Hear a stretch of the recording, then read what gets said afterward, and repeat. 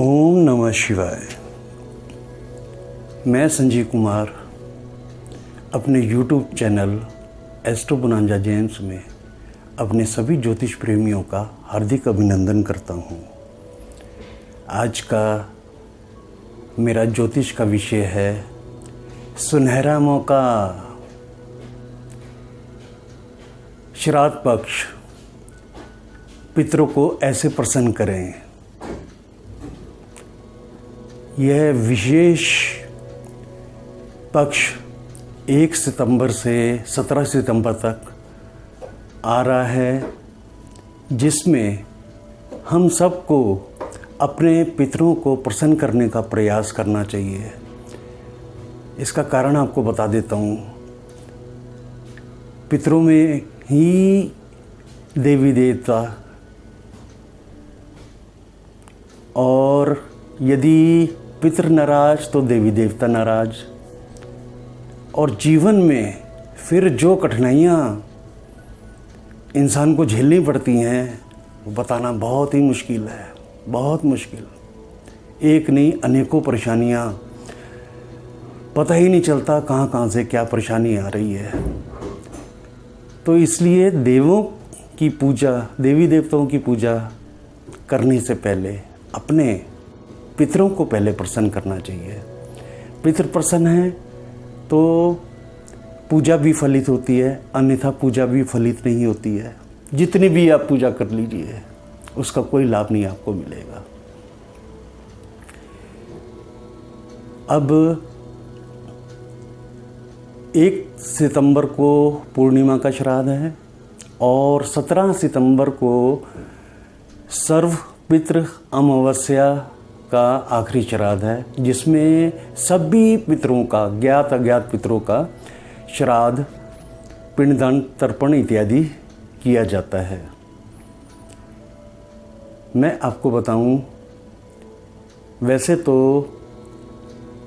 हर महीने अमावस्या का दिन भी जो है पितरों के नाम का ही होता है। उस दिन जो है सफ़ेद चीज़ों का दान इत्यादि हम करते हैं, जैसे आटा, चावल, दूध, चीनी वगैरह किसी वृद्ध को दान कर उनका आशीर्वाद लेते हैं। तो वो दान भी पितरों तक ही पहुंचता है। ऐसे ही यदि आप खीर, पनीर इत्यादि कौओं को खिलाते हैं नित्य, तो वो भी पितरों तक ही जाता है। लेकिन श्राद्ध पक्ष एक विशेष पक्ष है। इस पक्ष में इन दिनों पितृ धरती पर विचरण कर रहे होते हैं और घर में देखते हैं कि हाँ भी हमारे परिवार के सदस्य हमें याद कर भी रहे हैं या नहीं। तो बहुत अच्छा मौका है। आपकी कुंडली में जितने भी दोष हैं, आपको कोई और उपाय करने की जरूरत नहीं पड़ेगी यदि आपने पितरों को प्रसन्न कर लिया। कितने भी घातक योग हो, कितना भी बुरा समय चल रहा हो, यदि पितर, उनका आशीर्वाद आपके साथ है तो ढाल बनकर सामने खड़े हो जाते हैं और ग्रह भी अच्छा फल देना शुरू कर देते हैं। देवी देवताओं की कृपा तो प्राप्त होती ही है।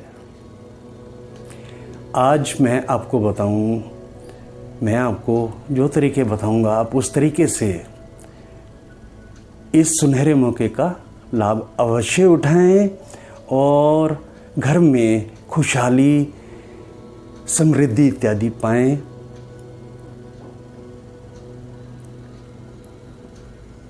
घर के बड़े मेल फीमेल, उनके लिए 5-5 सफ़ेद वस्त्र आप ले आएं। पंडित जी को निमंत्रण दें। जब अपने बड़ों का आपने श्राद्ध करना है या आप सर्व पितृ अमावस्या में भी सभी का एक साथ कर सकते हैं, तो ब्राह्मण को निमंत्रण दें। और एक बात बताऊं, साथ ही साथ मैं आपको बताता जाऊंगा कि पंडित जी को पहले ही कह देना है कि पंडित जी आप कुछ खाकर ना आइएगा। इसका कारण ये है कि जब पिंडदान, तर्पण और श्राद्ध पूरा हो जाता है तो ब्राह्मण को भोजन करवाया जाता है, और जो ब्राह्मण भोजन करते हैं वो सीधा हमारे पितरों तक पहुंचता है। यदि ब्राह्मण को खाना दिया गया और उन्होंने अधूरा खाना छोड़ दिया, यानी खाना पूरा नहीं खाया, तो समझ लेना चाहिए कि पितर हमसे प्रसन्न नहीं है। इसलिए यह विनती पहले ही पंडित जी को कर देनी चाहिए कि आप पहले कुछ खाकर ना आएँ, और जितना आपको खाना परोसा जाए खुशी खुशी आप खाना खाएंगे और खुशी खुशी उनको दक्षिणा देकर विदा करेंगे, तो पितर बहुत प्रसन्न होकर आपके जीवन के सारे मार्ग खोल देंगे। जितने बंद द्वार हैं वो द्वार खुल जाएंगे। अब इसके साथ ही एक विशेष मैं उपाय आपको बता रहा हूँ। इन दिनों 2 शनिवार पड़ेंगे। ये उपाय आपको पहले श्राद्ध पक्ष में पहले शनिवार से शुरू करना है, और 2 तो इस श्राद्ध पक्ष के हो गए, उसके बाद नवरात्रों में भी इसके लगातार 21 शनिवार आपने ये उपाय करना है। वो क्या है? आप बेलपत्र के 21 पत्ते, 3 पत्तों का एक चढ़ाया जाता है, तो 7 लेकर आएंगे आप शनिवार को सुबह नहा धोकर पवित्र होकर घर के पास शिव मंदिर में चले जाएं और शिवलिंग के पूर्व दिशा की ओर मुंह करके बैठ जाएं और प्रार्थना करें, हे मेरे पितृ देवताओं, भोले शंकर जी मोक्ष प्रदाता हैं। आज हम अपने ज्ञात अज्ञात पितरों के लिए, जिनको मोक्ष की प्राप्ति नहीं हुई है, जो भटक रहे हैं, यह कामना करेंगे भोले शंकर जी से कि भोले शंकर जी हमारे पितरों को जो अभी भटक रहे हैं उनको मोक्ष प्रदान कर अपने चरणों में स्थान दे। आप फिर भोले शंकर जी से प्रार्थना करेंगे हाथ जोड़कर, हे भोले शंकर जी, हमारे ज्ञात अज्ञात पितर जो अभी भटक रहे हैं, आप उनको अपने चरणों में स्थान दें, उनको मोक्ष की प्राप्ति हो। ऐसा करने के बाद शिवलिंग पर 3 पत्तों वाला पहले बेलपत्र चढ़ाएं और कच्चा दूध चढ़ाते हुए मंत्र का जाप आपने करना है। ओम नमः शिवाय, ओम पितराय नमः।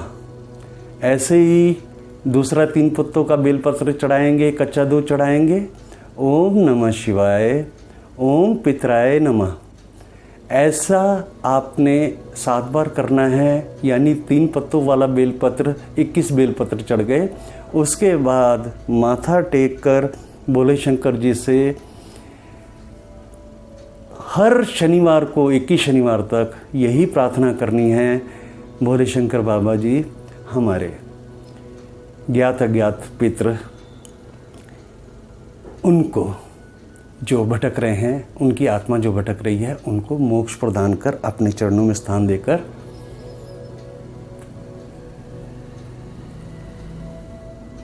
ऐसा करने से आप देखना चमत्कार, जीवन में चमत्कार, ऐसा चमत्कार होगा। आपके ये सारे धन के रास्ते, कार्य के रास्ते, पढ़ाई के रास्ते, अन्य जैसे परिवार में कोई मंगल कार्य ना हो पा रहा हो, इत्यादि जितनी भी रुकावटें हैं धीरे धीरे दूर होना शुरू हो जाएंगी। इन उपायों को करके तो देखिए, बहुत लाभ मिलेगा। बहुत सुनहरा अवसर आ रहा है, बहुत नज़दीक है। आपसे हाथ जोड़कर विनती करता हूँ, अपने पितरों को मना लीजिए, भूल जाइए अपनी जन्मपत्री को, भूल जाइए अपने दुखों को।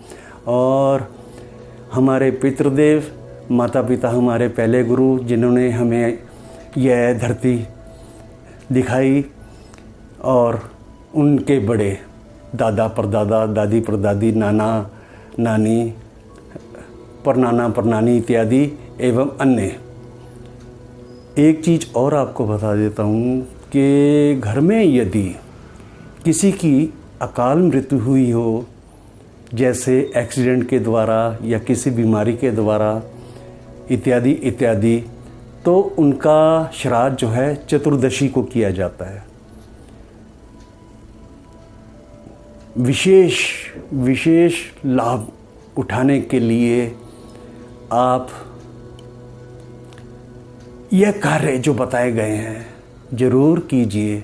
आपको ज़रूर जीवन में पहले से अधिक सफलताएं मिलेंगी, खुशहाली मिलेगी, धन के रास्ते खुल जाएंगे, बरकत बढ़ेगी, बच्चे खुश रहेंगे और चारों तरफ आपको खुशियाँ ही खुशियाँ मिलेंगी।